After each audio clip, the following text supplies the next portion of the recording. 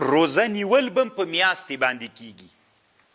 د روزې نیول به په چا باندې کیږي؟ د میاشتې په لیدلو. او د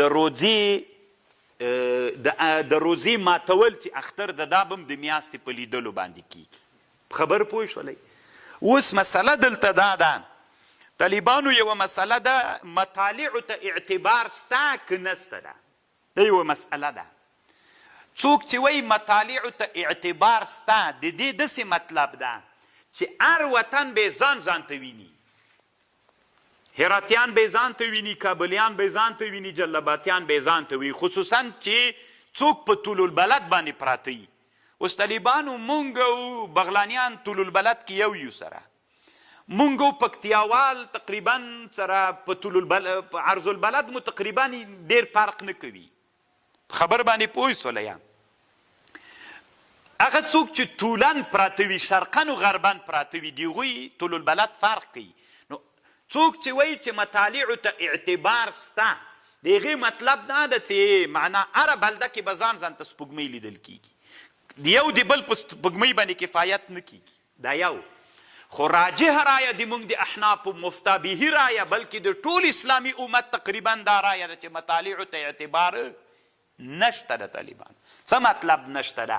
چې جلباتیانو ولیدله، په هراتیانو ته هم خبر ورغی، بس څوک ده پې باندې فرض ده، پې باندې څوک پې فرض ده، روزه پې باندې فرض ده. مطالعو ته اعتبار نسته، په یو مطلع کې چې ولیدل سوله په ټولو باندې روزه څوک ده؟ فرض ده. خو دلته یوه خبر علامه بنوري صاحب او علامه انور شاه کشمیري صاحب کړي چې د امام زیلعي نه خبر نقل کړي. دا ښه خبر ده طالبانو، مطالعو ته اعتبار نسته ده. خو هلته نسته طالبانو چې دا مطلع دومره لرې نه وي چې شپه ورځې بدلیږي سره.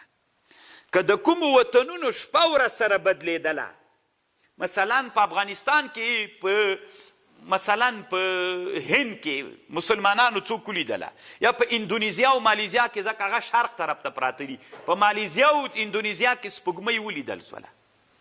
نو د موږ او د اندونیزیا او د مالیزیا شپه ورځ یوه ده سره، د موږ هم ورځ ده، د هغوی هم ورځ ده. اما د موږ او د غرب هلته روزه ورځ څوک ده؟ دا اوس هلته شپه ده، دلته څوک ده؟ یا په هغه وطنونو کې چې موږ سره شپه ورځ بدله ده، هلته حکم چی ده طالبانو؟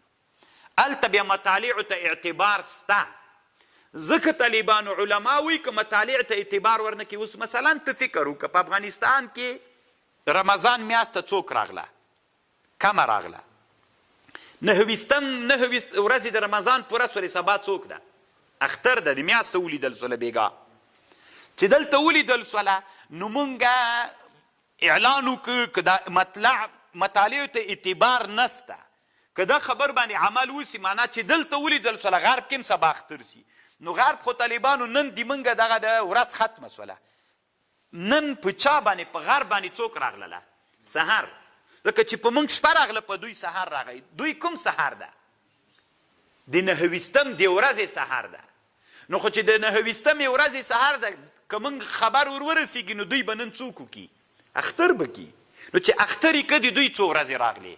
28 ورځې راغلې. نو علما وایي مطالعو ته اعتبار نسته ده. خو دا هلته چې قریب بلاد وي، بعیدو بلادو کې مطالعو ته اعتبار سته. خو دومره لرې چې ول چې شپه ورځې بدلېدله، کل خراسان والاندلس علما داسې مثال ذکر کړي. اوس په خبر پوه شول؟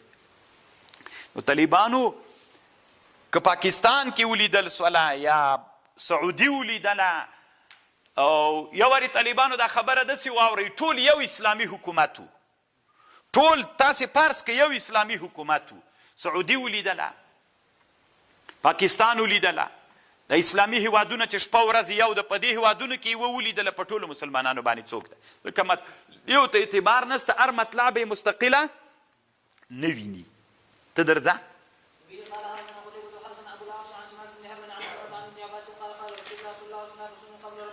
خو یوه خبر بیا دلته سته طالبانو، مطالعو ته اعتبار نسته. اوس دوی وایي هر مملکت ځان ته قضا لري، چې ځان ته قضا لري، هر مملکت به ځان ته څوک کوي؟ لیدل کوي. ځکه چې هغه قاضي هلته فیصله وکړله چې هغوی سپوږمۍ ولیدله سعودي مثلا یا پاکستان یا هندوستان یا ازبکستان یا کوم بل هیواد سپوږمۍ ولیدله، هلته قاضي فیصله وکړله. چې قاضي فیصله وکړه هغه فیصله خو په موږ واجب نه ده، موږ مستقله قضا لرو.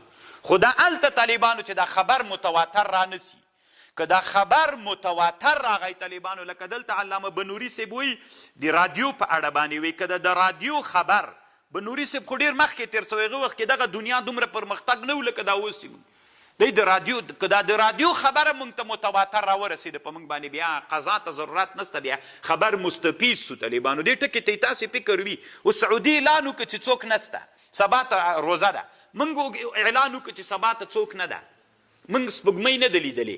دا زه منم چې ته مستقل قاضي یې، خو د شرع حکم دا ده چې کله د هغه چې خبر دلته راغی د سعودي خبر متواتر راورسېده، بیا طالبانو متواتر خبر علمي یقین پیدا کوي چې دا خبر داسې متواتر راورسېد سعودي حکومت سپوږمۍ ولیدله چې په متواتره توګه باندې دا خبر موږ ته راورسېده، په موږ باندې بیا څوک ده؟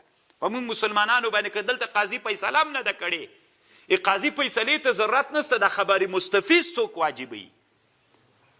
روزه واجبوي طالبانو.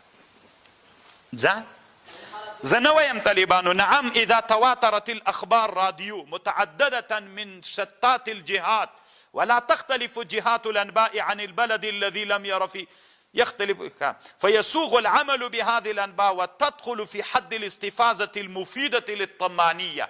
دا استفاضه راولي طالبانو. شامي هم پر رد المحتار کې په دې باندې بحث کړی، هم شامي بل مستقل کتاب جوړ کړی ده. وليس هذا موضع انجاز البحث وانما القصد اشارات الى المقصود والله ولي التوفيق. دا استفاضه چې تواتر باندې، او نن طالبانو خبر په تواتر راځي کنه.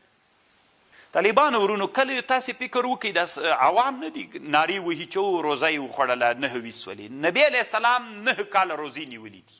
څو کاله؟ لکه فرضیت چې راغلی و 9 کاله، په اول کال د هجرت به 9 کاله رسول الله اسلام روزه نیولې ده. 9 کلونو کې 7 کاله کمه راغلې ده، 2 کاله د رسول الله روزه پوره راغلې ده.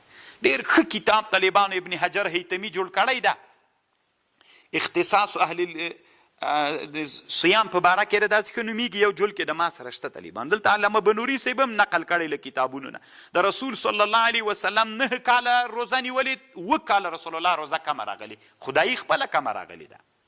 باب ما جاء فی الصوم بالشهادت، یعنې طالبانو په شهادت باندې روزه صحیح کیږي. خو طالبانو یو ټکي تنبیه کړي که چا د ورځې سپوږمۍ ولیدله، دې لیدلو ته اعتبار نشته ده.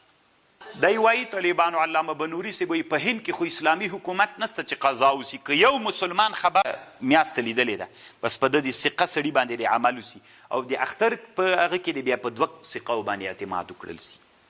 باب ما جاء شهر عید لا ينقصان، طالبانو 2 میاشتې د اختر دا دواړه پرله پسې نه کمیږي.